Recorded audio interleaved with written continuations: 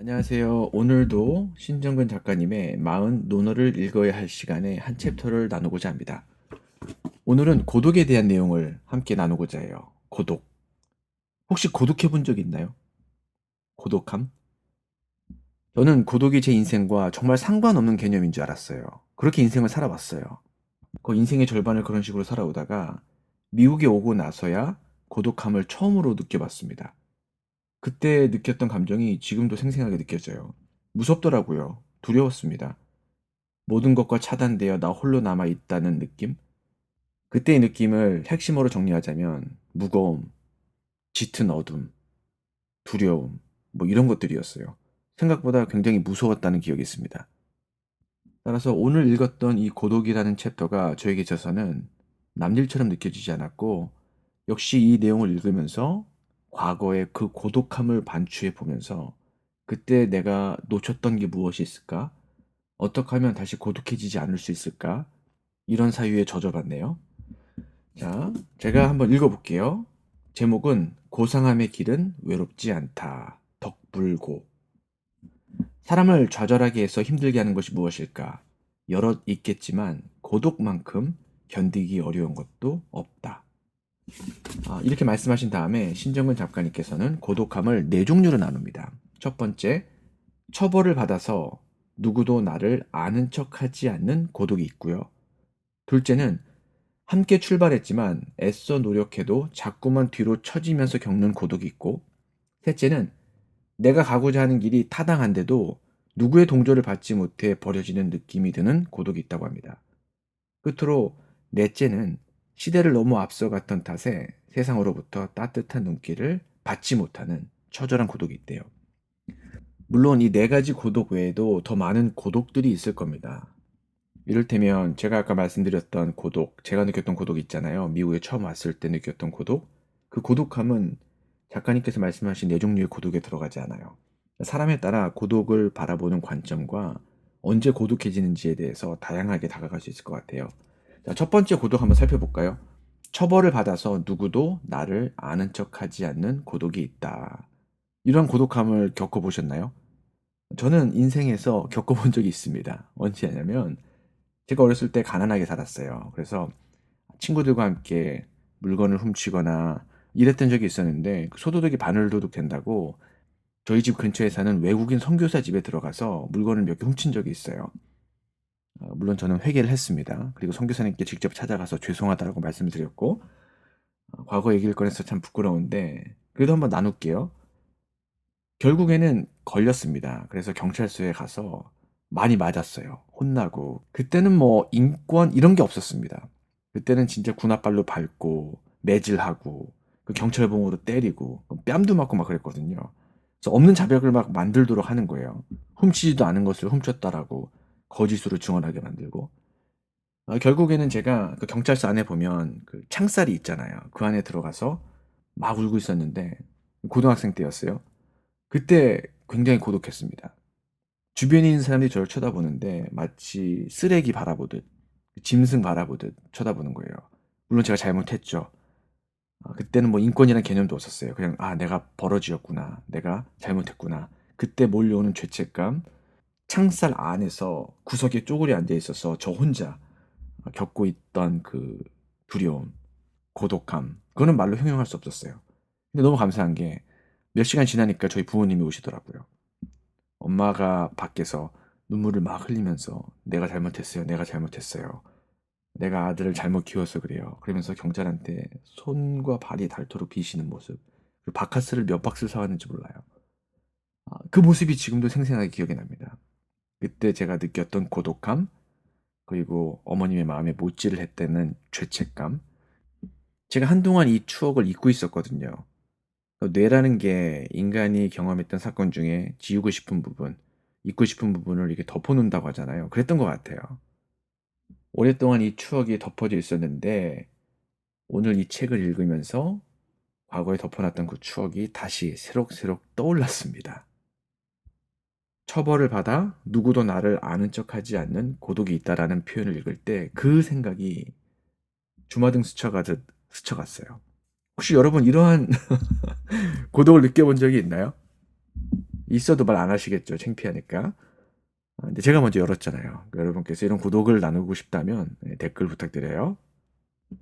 저의 사유는 여기에서 날개를 타고 다른 곳으로 더 흘러갔습니다. 예수님께서 십자가에 달려 돌아가시기 전에 겟세마네 동산에서 기도하시잖아요. 그때 예수님의 모습이 다른 곳에 나오는 예수님의 모습과 사뭇 다릅니다. 예수님은 항상 담대하셨고, 항상 원하고자 하시는 바를 설포하셨고, 당당하고 떳떳한 예수님의 모습이었는데, 겟세마네 동산에서 기도하시는 모습에서만큼은 그분의 연약함이 여과없이 드러납니다.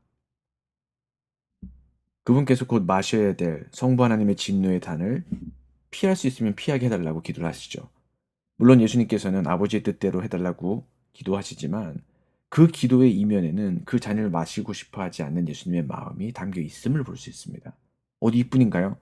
예수님께서는 고나게 자고 있는 제자들을 흔들어 깨우십니다. 그것도 한 번이 아니죠. 수차례 제자들을 깨워요. 그리고 내가 너무 괴롭다. 내 심령이 고달프다. 나를 위해서 기도해달라고 부탁하십니다. 우리는 이러한 예수님의 모습을 연상할 수 없었죠. 다른 곳에서는 찾아볼 수 없었죠. 그런데 유독 그 부분에서만큼은 예수님께서는 그렇게 본인의 속마음을 드러내신다는 거예요. 제가 봤을 때 그분은 고독하셨습니다. 겟세마네 동산에서 예수님의 모습은 외로우셨어요. 제자들과 함께 있었지만 함께 있는 게 아니었죠. 예수님을 따르던 제자들은 예수님의 고난에 참여하지 않았습니다. 그들은 모두 잠들었어요. 예수님께서는 잠을 이룰 수 없을 만큼 고달프셨는데 그분의 제자들은 예수님의 마음을 모르고 잠들어요. 독특하지 않나요? 예수님께서 거라사 지방으로 건너가실 때 뱃속에서 주무십니다. 풍랑이 일고 바다에 물결이 들어오고 제자들은 혼비백산 죽을 것 같아서 막 소리 지르고 물 퍼내고 있는데 예수님은 그 상황 속에서 주무세요. 근데 이번 겟세마네 동산에서는 그림이 역전이 됩니다. 제자들은 태평하게 자고 있어요. 그러나 예수님만 잠을 이루지 못하고 계십니다. 그 이유가 뭘까요? 십자가 사건, 곧 성부 하나님의 진노를 인간을 대신하여 마셔야 되는 그 사건이 풍랑 사건과 비교할 수 없을 정도로 우주적이고 거대한, 그래서 두려운 사건이었기 때문에 그렇습니다. 아무리 예수님이라 할지라도 성부 하나님의 진노는 그분께서 지금껏 마셔본 적이 없어요. 죄인을 향하여 떨어질 수밖에 없는 성부 하나님의 진노, 더 정확히 이야기하자면 성부, 성자, 성령 하나님의 진노를 예수님께서 인간을 대신하여 십자가 위에서 맛보셔야 되잖아요. 그 사건은 예수님에게조차도 두려운 사건이었다는 겁니다. 바로 그때 예수님께서는 제자들에게 기도해달라고 부탁하셨고 제자들은 예수님의 부탁을 이해하지 못했어요. 십자가 사건이 무슨 의미인지조차도 제자들은 이해하지 못했습니다. 그래서 그들은 잠들었어요. 그 사건의 무게를 진짜 아는 분 예수님만 그때 깨어서 기도하셨습니다. 더 역설적인 게 뭔지 아세요? 처벌을 받아야 될 원래 대상은 제자들이었다는 겁니다. 예수님은 처벌의 대상이 아니었어요. 그러나 예수님께서는 제자들의 자리에서 제자들을 대신하여 성부 하나님의 진노를 맛보셨다는 거죠. 저는 겟세마네 동산 페리코페에서 고독하고 외로우신 예수님의 모습을 보게 됩니다. 역설적인 사실은 예수님께서 죄인이기 때문에 그 고독함을 맛보신 게 아니라 죄인을 대신하여 하나님의 형벌을 받으셔야 하기 때문에 그 고독함을 대신 받으셨다는 거예요. 예수님께서 겪으셨던 그 고독함은 사실 우리의 고독함이 되어야 돼요. 하나님으로부터 단절된 고독함, 거룩함으로부터 떨어져 있는 고독함. 그러나 그 고독함을 예수님께서 대신 맛보셨다는 거예요. 우리는 고독함도 고통의 일종이라는 걸 기억할 수 있어야 됩니다. 고독함도요, 짙어지면 두렵고 넓어지면 아파요. 일시적인 고독함이 아니라 존귀하고 전능하고 영원하신 하나님으로부터 오는 진노를 맛봐야 되기 때문에 찾아오는 고독함은 그것은 형벌적 고독함입니다. 죽음에까지 이르게 할 수 있는 고독함이라는 거예요. 전 예전에 고독사란 표현을 들으면 이해가 되지 않았는데 이제는 이해가 돼요. 고독사의 의미가 무엇인지, 어떻게 고독함이 사람을 죽음까지 몰고 가는지, 하나님에 의하여 고독해지는 그 고독함은 형벌적 고독함이라는 거죠. 그 고독함의 몫은 원래 우리가 감당했어야 되는데 예수님께서 우리를 대신하여 그 몫을 받으셨다는 거예요. 그렇기 때문에 제자들은 꿀잠을 잘 수 있었어요. 그 꿀잠의 이유도 결국에는 예수님께서 하나님의 진노를 인간을 대신하여 맞으셨기 때문에 그렇습니다. 이처럼 우리가 고독을 고통의 일종으로 생각한다면 십자가 사건의 전후 이야기를 보다 깊이 읽어낼 수 있지 않을까라고 생각을 해봅니다. 저는 오늘 아침에 신정은 작가님의 덕불고 고상함의 길은 외롭지 않다를 읽어내면서 첫 번째 고독을 많이 묵상했습니다. 묵상이 되어지더라고요. 처벌을 받아서 누구도 나를 아는 척하지 않는 고독. 제 과거의 사건이 떠올랐고요. 더 나아가 겟세마네 동산에서 고독하셨던 예수님의 모습이 떠올랐어요. 물론 제가 받은 고독은 제 잘못으로 인한 고독이죠. 그러나 예수님께서 받으신 고독은 예수님께서 잘못하셨기 때문에 받은 고독이 아니라 우리가 잘못했기 때문에 그분께서 대신 받으신 고독이라는 거예요. 예수님께서 십자가에 달려 돌아가시는 고통보다 어쩌면 겟세마네 동산에서 받으셨던 고통이 더 컸을지도 몰라요.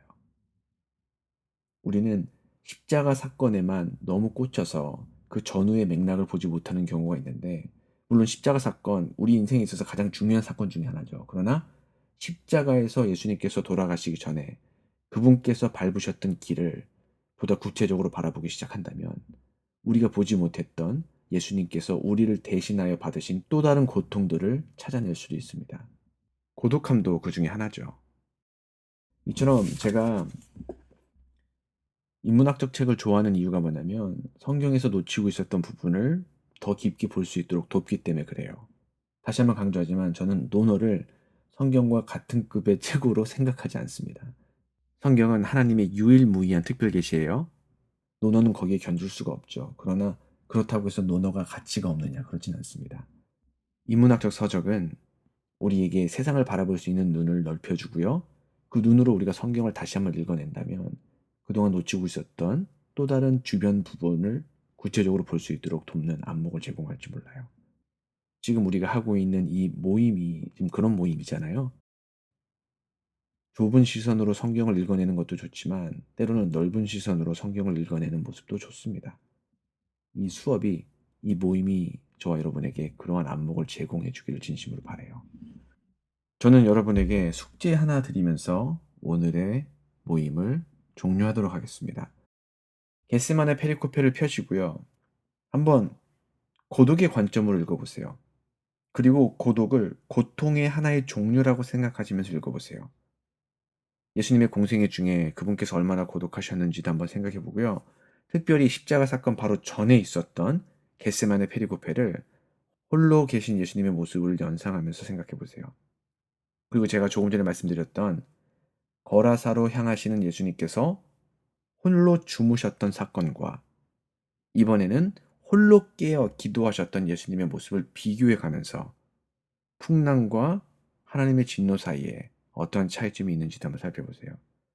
이러한 독법은 우리를 보다 풍성한 성경 읽기의 세계로 초대할 것이 틀림없습니다.